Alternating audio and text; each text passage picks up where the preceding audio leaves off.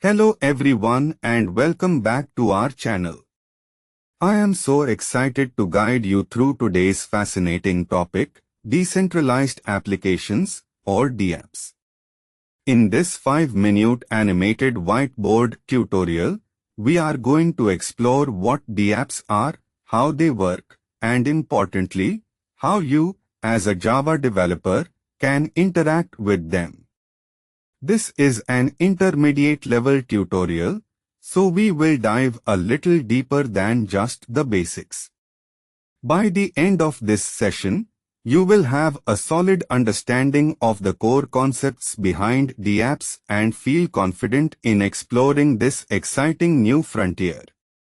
So, grab your virtual markers and let us begin this amazing journey together.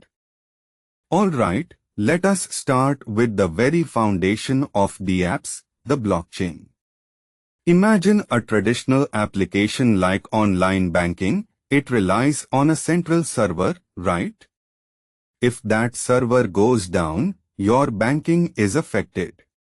A DApp, however, runs on a decentralized network, meaning there is no single point of failure. The blockchain is a distributed, immutable ledger that records all transactions across a network of computers, called nodes. Each block contains a list of transactions, and once it is added to the chain, it cannot be altered. This immutability and transparency are key to DApps. Think of it like a shared, tamper-proof diary where everyone has a copy, and entries are added chronologically and cannot be erased. For example, a block might contain data, a timestamp, and its own unique hash, along with the hash of the previous block, creating that unbreakable chain. Now, how do DApps actually execute logic? That is where smart contracts come into play. Smart contracts are essentially self-executing agreements with the terms of the agreement directly written into lines of code. They live on a blockchain, like Ethereum, and run on a special environment called the Ethereum Virtual Machine, or EVM. When certain conditions are met, the contract automatically executes the predefined actions without the need for intermediaries.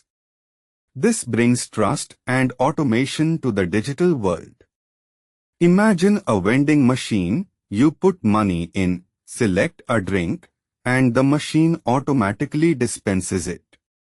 A smart contract works similarly, but entirely digitally and transparently on the blockchain.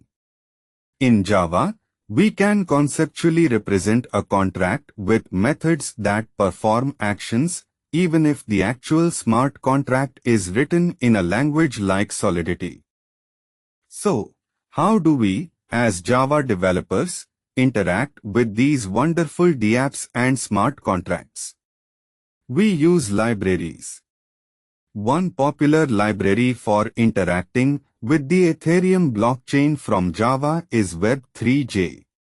This library allows your Java application to connect to an Ethereum node, send transactions, and call smart contract functions. For instance, you could write a Java program to query the balance of an Ethereum address or even trigger a smart contract function that updates a value on the blockchain. This opens up a world of possibilities for building backend services, analytics tools, or even desktop applications that connect to decentralized networks. We will demonstrate a simple example of connecting to an Ethereum client and calling a read-only function from a smart contract. While DApps offer incredible benefits, there are common mistakes and best practices to keep in mind. One common mistake is introducing centralization points, like relying on a single traditional server for a DApps frontend or data storage, which defeats the purpose of decentralization. Another is overlooking transaction gas costs. Every operation on a blockchain costs computational resources, translated into gas fees, which can add up. Security is paramount. Smart contracts can be vulnerable to exploits if not coded carefully. To avoid these, always aim for true decentralization. Optimize your smart contracts for gas efficiency, conduct thorough security audits of your code, and use established, secure libraries for interaction. Always remember to test extensively before deployment. And that brings us to the end of our rapid tour of decentralized applications. We started by understanding that DApps run on a decentralized blockchain, offering transparency and immutability. Then, we learned about smart contracts as the self-executing code that powers DApps. Finally, we explored how Java developers can interact with these decentralized systems using libraries like Web3.js. The world of DApps is evolving rapidly, offering exciting opportunities for innovation.